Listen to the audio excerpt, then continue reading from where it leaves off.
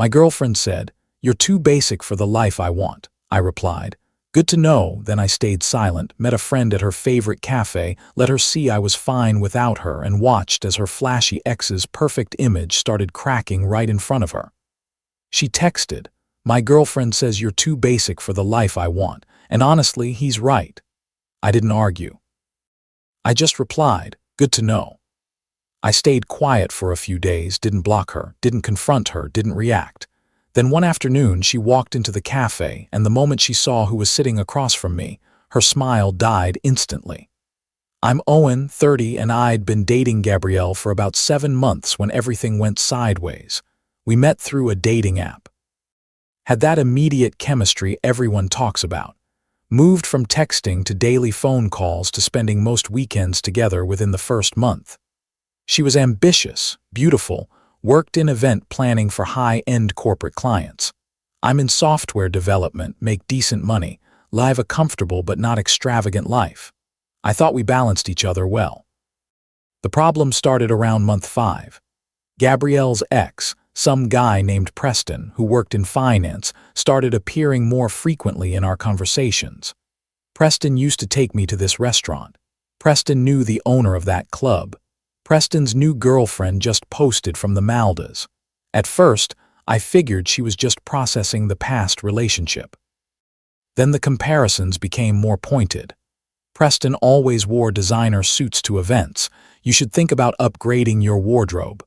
Or Preston's apartment had a view of the river. Your place is nice, but it's pretty basic. Basic. That word came up a lot. I tried not to let it bother me.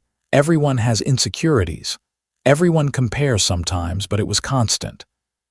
This drip feed of being measured against someone else and coming up short. Last Tuesday, changed everything. We'd planned to meet for lunch, but she canceled last minute, said something came up at work. No big deal. Around 3:00 p.m., my phone buzzed with a text from her. "We need to talk about us." I called her immediately. "What's wrong?" "I don't think we should talk on the phone. Can we meet tonight?" "Sure, my place or yours." "Actually, I think we should take some time apart. I've been thinking a lot about what I want and I'm not sure we're aligned." Something cold settled in my stomach. Where is this coming from? I ran into Preston today. We had coffee, just talking, nothing weird. But it made me realize I've been settling. Settling, that's not the right word. I mean, look, you're a great guy. You're kind and reliable and easy to be with, but Preston pointed out that you're kind of basic, and I think he's right. I want someone who matches my lifestyle, my ambitions. I want someone who pushes me to be better, and I don't do that, not in the way I need. I'm sorry. We talked for another 10 minutes, but the conversation was circular. She'd made up her mind. She said she needed space to figure out what she really wants. I said, fine. We hung hers, and she'd always seemed skeptical of Gabrielle's choices. After the breakup text, I did something I'm not entirely proud of, but don't regret. I texted Lauren, "Hey, this is Owen. Gabrielle and I just broke up. Thought you should know in case she mentions it." Lauren responded within minutes. "What happened?" She said I'm too basic. Her ex apparently helped her realize it. Preston. Oh God, that idiot is back in the picture. Seems like it. I'm sorry, Owen. For what it's worth, you're way better than that guy. He's all flash and no substance. Good to know. Thanks for saying that. Listen, you know they never really stopped talking, right? My hands went cold. What, Preston? He kept texting her throughout your relationship. She'd show me sometimes, say it was just friendly catching up. I told her it was inappropriate, but she blew me off. Did she ever meet up with him before? Probably. I don't know for sure, but she'd mentioned seeing him at events or running into him randomly. Too many coincidences. We texted for another hour. Lauren told me everything. How Gabrielle had never really gotten over Preston. How she'd compared every boyfriend to him for 3 years. How she'd convinced herself he was her soulmate despite him treating her terribly. He'd canceled dates last minute, forgot her birthday twice, cheated on her with a coworker, but he drove a Porsche and took her to nice places, so she forgave everything. Why are you telling me this? I asked. Because you deserve to know the truth and because my sister needs a reality check. Preston's going to hurt her again, and when he does, she needs to see it coming. I thanked Lauren and we left it at that. For the next 3 days, I didn't contact Gabrielle, didn't block her, didn't post on social media, didn't do anything dramatic, just went about my life, work, gym, normal routine. But I was thinking planning update one. Friday morning, I got coffee with someone from my network. Jessica, who runs a boutique marketing firm and happens to know Preston through business circles. We'd been acquaintances for about a year, occasionally grabbed coffee to talk shop. "How's life?" she asked as we settled into our usual cafe, a trendy spot in the arts district. "Interesting. Recently single." "Oh no, what happened?" I gave her the abbreviated version. She winced. "Preston Chen, the finance guy. You know him." "Unfortunately, he's a walking red flag. Charms everyone drops them the second someone shinier comes along. He's currently dating someone he met at a yacht party, but that won't last either. It never does with him." "Wait, he's dating someone?" "As of last week, yeah, some influencer type." "Why?" "Because my ex just broke up with me to get back with him." Or at least that's the vibe I got. Jessica pulled out her phone, scrolled through Instagram, showed me a photo posted 3 days ago. Preston on a boat with a blonde woman who definitely wasn't Gabrielle. The caption, "Perfect day with my perfect girl. He's playing her."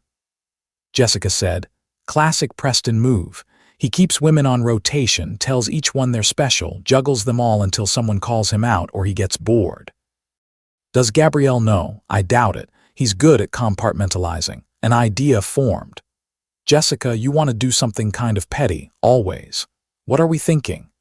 "Gabrielle doesn't know I know you. If I happened to be having coffee with someone when she coincidentally showed up here, it might create an interesting situation."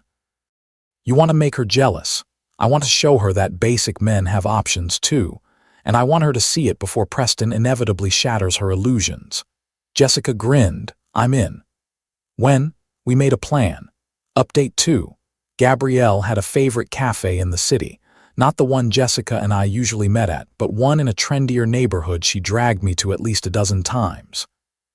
She went there every Saturday around 2:00 p.m. usually to work on her laptop or meet friends Saturday at 145. Jessica and I walked into that cafe. We ordered drinks, took a table by the window, started talking about work stuff, but in a way that could look like a date to anyone watching. Jessica's good at this. She's charming, animated, laughs easily. To an outsider, especially an ex-girlfriend, we'd look like we were having an excellent time. At 207, Gabrielle walked in. She was with 2 friends, all 3 of them dressed in that effortless, expensive way she'd perfected. They were laughing about something, not paying attention to the rest of the cafe. Then she saw me. I caught the exact moment. Her eyes swept the room, landed on me, widened slightly. Then she saw Jessica, saw me lean in to say something, saw Jessica touch my arm while laughing, saw me smile in a way I probably hadn't smiled in months. Her face went through several expressions rapidly, surprise, confusion, something that looked like hurt, then forced neutrality. She said something to her friends, who immediately turned to look at me. I waved casually. Gabrielle didn't wave back. She approached our table. I'd been expecting this. "Owen. Hi." "Hey, Gabrielle, how are you?" "Good, I'm good. I didn't know you came here. I don't usually." Jessica suggested it. I gestured to Jessica, who smiled politely. "Gabrielle, meet Jessica." "Jessica, this is Gabrielle. We used to date." "Nice to meet you," Jessica said, extending a hand.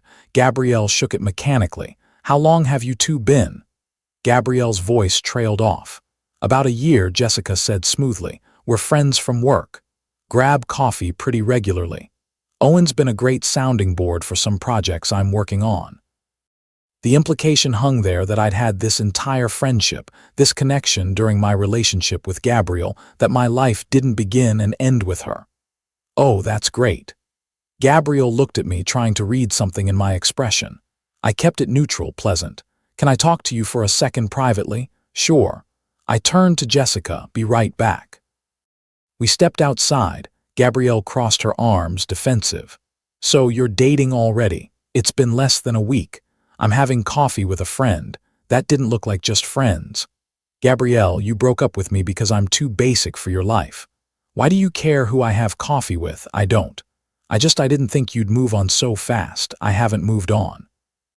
I'm having coffee with someone I've known for a year, who, by the way, thinks I'm perfectly adequate for her life.